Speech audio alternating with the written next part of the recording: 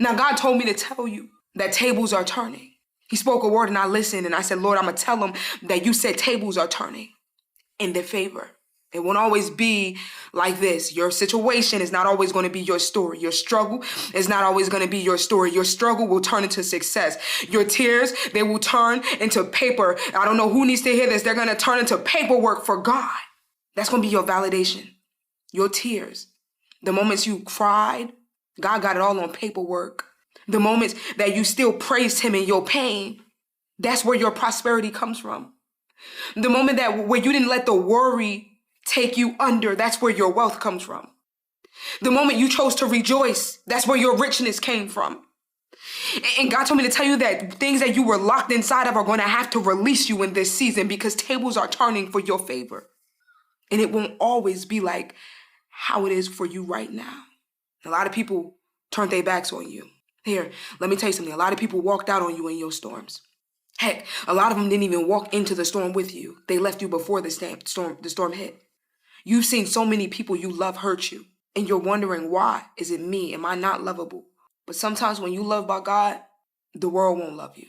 And a lot of people that you were seeking love and validation and acceptance inside of was still inside of the world. So how could they love you? When people see that you have this gift, this anointing, this power, they feel the opposite about you. They don't see you how God sees you. In fact, sometimes they do, and they get afraid of it. But baby, you kept pushing regardless. Who was on your team, who joined, who left. And a lot of the time, you were in a lockdown season. That means when somebody came in, you already knowing that you can't even get too close to this person because you already knowing that God has you in a season where it's just you and him. You're not even expecting relationships. You're not expecting validation. You ain't expecting for nobody to love you how you used to. When you used to want the world to love you, when you used to want to be inside of the world and you wanted the people of the world to love you.